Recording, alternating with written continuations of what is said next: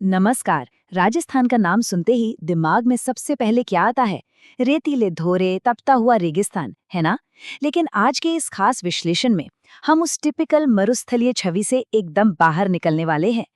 हम बात करेंगे राजस्थान के उन हिस्सों की जो आश्चर्यजनक रूप से हरे भरे मैदानी इलाके हैं, और साथ ही जानेंगे उन बेहद कठोर और प्राचीन ज्वालामुखी पठारों के बारे में।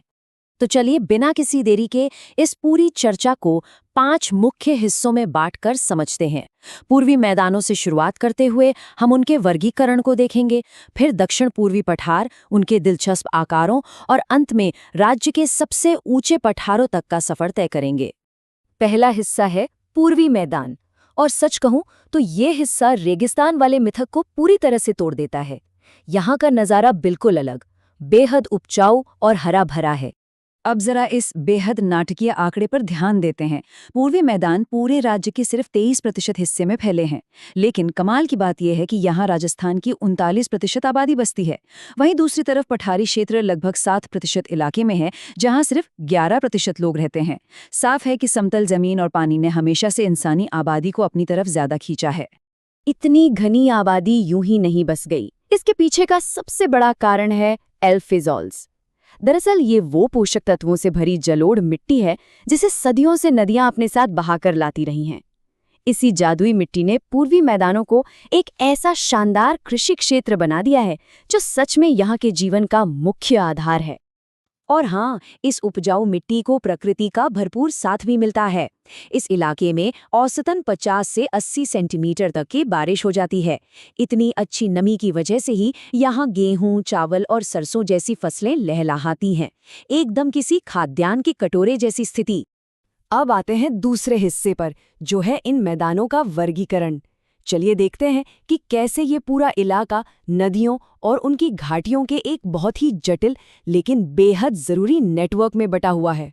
अंदरूनी तौर पर ये मैदान बड़े ही दिलचस्प तरीकों से बटे हुए हैं। जैसे माही बेसिन में एक इलाका है व्याघ्र घाट।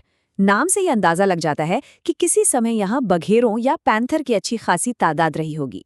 वहीं राजसमंद के पास बनास बेसिन में पीडमोंट के टीलेनुमा हिस्से हैं, जो वहां के भूगोल को एक बिल्कुल ही अलग और अनोखा रूप देते हैं।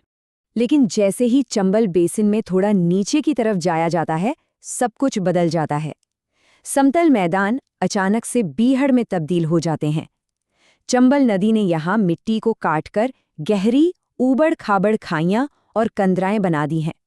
यही वो कुख्यात गुफाएं हैं जिनकी वजह से इसे इतिहास में दस्यू प्रदेश कहा गया, यानी डाकुओं और बागियों के छिपने का सबसे सुरक्षित ठिकाना। तो जब भी इन मैदानों को समझना हो, एक बुनियादी फर्क हमेशा याद रखना चाहिए, खादर और बांगर का। खादर वो बिल्कुल ताज़ी जलोढ़ मिट्टी है जो नदियां हर साल बाढ़ के साथ लाती हैं, जबकि बांगर वो पुरानी मिट्टी है जो सालों पहले जमा हुई थी और अब बाढ़ के स्तर से थोड़ी ऊंचाई पर सुरक्षित बैठी है। चलिए अब तीसरे भाग की ओर बढ़ते हैं, दक्षिण पूर्वी पठार। समतल मैदानों को पीछे छोड़ते हुए अब एक ऐसे इलाके में प्रवेश होता है जो बेहद ऊबड़ खाबड़ और पथरीला है। और दिलचस्प बात यह है कि इसका जन्म सीधे तौर पर प्राचीन ज्वालामुखी विस्फोटों से हुआ था। इस पूरे पठारी हिस्से को भूगोल की भाषा में संक्रांति प्रदेश भी कहा जाता है। आसान शब्दों में कहें तो ये एक विशाल प्राकृतिक पुल की तरह काम करता है, जो अरावली और विंध्य, इन दो बिल्कुल अलग अलग पर्वत श्रृंखलाओं को आपस में जोड़ता है। इस इलाके की एक बहुत बड़ी पहचान है ग्रेट बाउंड्री फॉल्ट या महान सीमांत भ्रंश। यहाँ बेसाल्ट चट्टानों के टूटने से गहरी काली मिट्टी बनी है, जिसे वर्टिसॉल्स कहते हैं। 80 से 100 सेंटीमीटर की बारिश और ये बेहतरीन काली मिट्टी, इन दोनों का कॉम्बिनेशन इसे कपास और सोयाबीन जैसी ज्यादा नाइट्रोजन चाहने वाली नकदी फसलों के लिए बिल्कुल परफेक्ट बना देता है। अब चौथे हिस्से में इस ज्वालामुखी वाले इलाके की एक और खास बात पर गौर करते हैं। इन पठारों के ऊपर जो पहाड़ियां हैं, उनके आकार सच में हैरान कर देने वाले और एकदम ज्यामितीय हैं। भूगोल के जानकारों ने यहाँ अलग अलग प्राकृतिक आकृतियां खोजी हैं। मुकुंदवाड़ा की पहाड़ियां बिल्कुल आधे चांद जैसी हैं। रामगढ़ में ये नाटकीय रूप से घोड़े की नाल के आकार की दिखती हैं, और कोटा के चारों तरफ तो जैसे किसी ने कुंडल या रिंग के आकार की प्राकृतिक दीवार खड़ी कर दी हो। है ना कमाल की भूवैज्ञानिक संरचना। और अंत में पांचवें और आखिरी हिस्से में ऊंचाई की तरफ चलते हैं।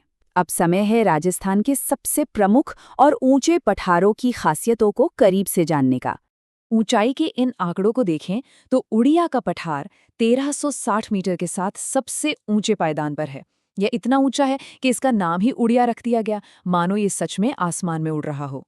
इसके ठीक बाद 1225 मीटर पर भोराट और 1200 मीटर की ऊंचाई पर आबू का पठार आता है। इन्हीं में से आबू के पठार की एक बहुत ही अनोखी भौगोलिक पहचान है। इसे एक इंसलबर्ग माना जाता है, यानी बिल्कुल अलग थलग खड़ी चट्टानी पहाड़ी। अगर इसे देखा जाए तो इसकी नुकीली संरचनाएं बिल्कुल वैसी लगते हैं जैसे घरों के फ्रीजर में ऊपर से लटकती हुई नुकीली बर्फ जम जाती है। बिल्कुल वैसा ही अद्भुत नजारा। थोड़ा और पूर्व दिशा में बढ़ें तो एक बहुत ही विशाल और एकदम सपाट पठार आता है, मेसा का पठार। मेसा मतलब तश्तरी के आकार का। और इसी पठार पर शान से खड़ा है ऐतिहासिक चित्तौड़गढ़ का दुर्ग। ये किला रणनीतिक तौर पर इतना विशाल और हावी है कि इसके बारे में एक मशहूर स्थानीय कहावती बन गई, गढ़ तो चित्तौड़गढ़, बाकी सब गढ़ैया। इस भौगोलिक नक्शे को पूरा करने के लिए कुछ और नाम जानने भी जरूरी हैं, जैसे लसाड़िया का पठार, जो भौगोलिक रूप से बेहद कटाफटा और टूटा हुआ है। इसके अलावा ऊपर मालका क्षेत्र, जो बिजोलिया से लेकर भैंसरोडगढ़ तक उठी हुई एक ऊंची भूमि है, और भोराट के ठीक दक्षिण में स्थित भोमट का पठार। इस अविश्वसनीय भौगोलिक विविधता को समझने के बाद एक बहुत ही गहरा सवाल सामने आता है। ये ऊबड़-खाबड़ इलाका, ये अलग-अलग तरह की मिट्टी और चट्टानें, आखिर कैसे इन्होंने ऐतिहासिक रूप से मानव बस्तियों और आज की समृद्धि की पूरी कहानी लिख दी? ये सच में सोचने वाली बात है कि कैसे प्रकृति का ये भूगोल सीधे तौर पर इंसानी इतिहास और भविष्य दोनों को आकार देता है। इस शानदार विश्लेषण में साथ जुड़ने के लिए बहुत बहुत धन्यवाद।